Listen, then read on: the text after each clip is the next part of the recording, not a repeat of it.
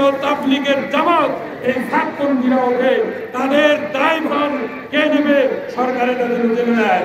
আমাদের কাছে তারা কোনোভাবে নিরাপদ নয়। যতক্ষণ পর্যন্ত আমার সাথী ভাইদের রক্তের বিচার বাংলার মাটিতে না হবে, ততদিন পর্যন্ত বাংলার কোন মসজিদে তাদের জায়গা হবে না। সাথীদের উপর অতর্কিত হামলাকারী সাতপন্থী হত্যাকারী সন্ত্রাসীদের অবিলম্বে গ্রেপ্তার ও ফাঁসি চাই। সিদ্ধান্ত বলি 2, রাজবাড়ী জেলা থেকে যেসব সাতপন্থী সন্ত্রাসী টঙ্গীর ইস্তেমা বাজারে নৃশংস হত্যাকাণ্ডে অংশগ্রহণ করেছে, অনতিবিলম্বে তদন্ত সাপেক্ষে সাতপন্থী সন্ত্রাসীদের গ্রেপ্তার ও বিচারের আওতায় আনতে হবে। সিদ্ধান্ত 3, রাজবাড়ী জেলা মার্কাজ মসজিদ সম্পূর্ণভাবে ওলামায়ে কেরাম পরিচালিত আলমী শুরার অধীনে দিতে হবে। সিদ্ধান্ত 4, রাজবাড়ী জেলার সকল মসজিদে সাতপন্থী সন্ত্রাসীদের সকল কার্যক্রম সম্পূর্ণভাবে নিষিদ্ধ করতে হবে।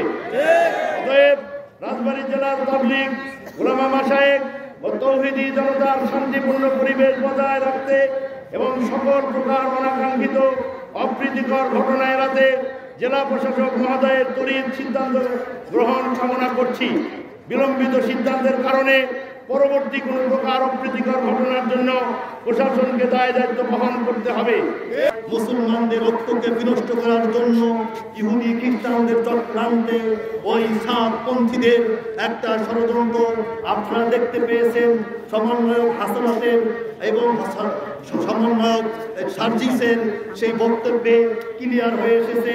পিনাকি ভট্টাচার্যের সেই তাদের পেজ থেকে স্পষ্ট বক্তব্যে আমরা স্পষ্ট হয়েছি যে মুসলমানদেরকে বিভক্ত করার জন্য এবং বড় মুসলমানদের একটা প্ল্যাটফর্ম তাবলীগ জামাতকে বিভক্তি করে দেওয়ার জন্য একটা ষড়যন্ত্র হিসেবে আলোচনা চলার মাধ্যমে আলোচনা চলা অবস্থায় কোনো কথা না শুনে অমান্য করে ডাকাতের মতো রাতের অন্ধকারে রাত 3টার সময় তাহাজ্জুদরত অবস্থায় অতর্কিতভাবে তাবলীগ জামাতের উপরে নির্মমভাবে হত্যাকাণ্ড, ডাকাতের মতো সন্ত্রাসীর মতো হত্যাকাণ্ড চালিয়ে মুসলমানদের হৃদয়কে রক্তক্ষরণ হচ্ছে এবং আমাদেরকে আহত করেছে। এই জন্য আমরা আজকে থেকে আমাদের সারা বাংলাদেশ মুসলিম উঠেছে, সব ধরনের ওলামায়ে কেরাম ঐক্যবদ্ধ হয়েছে। আমরা এই দাবি জানাচ্ছি যে সাতপন্থীদেরকে আজীবনের জন্য বাংলাদেশে নিষিদ্ধ ঘোষণা করা হবে এবং বাংলাদেশে তাদের কোনো কার্যক্রম চলবে না।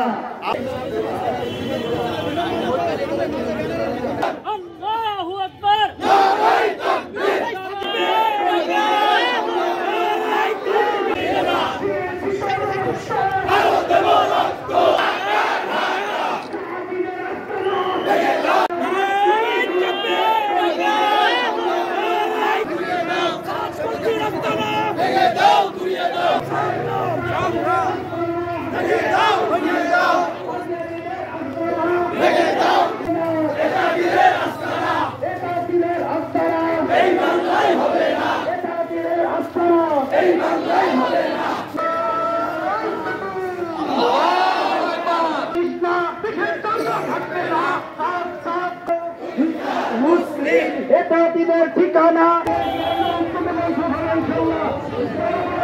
জীবনের জন্য নিষিদ্ধ করা হোক। মুসলমানদের যে মধ্যে তাবলীগ জামাতের মধ্যে যারা এই হত্যাকাণ্ডের সাথে জড়িত ছিল তাদের উপযুক্ত শাস্তি।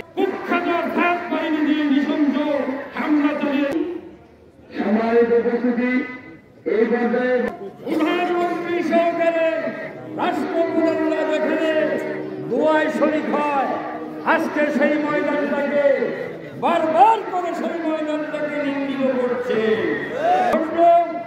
এটার নিন্দা করার ভাষা আমাদের প্রশাসন জবাব দেয়।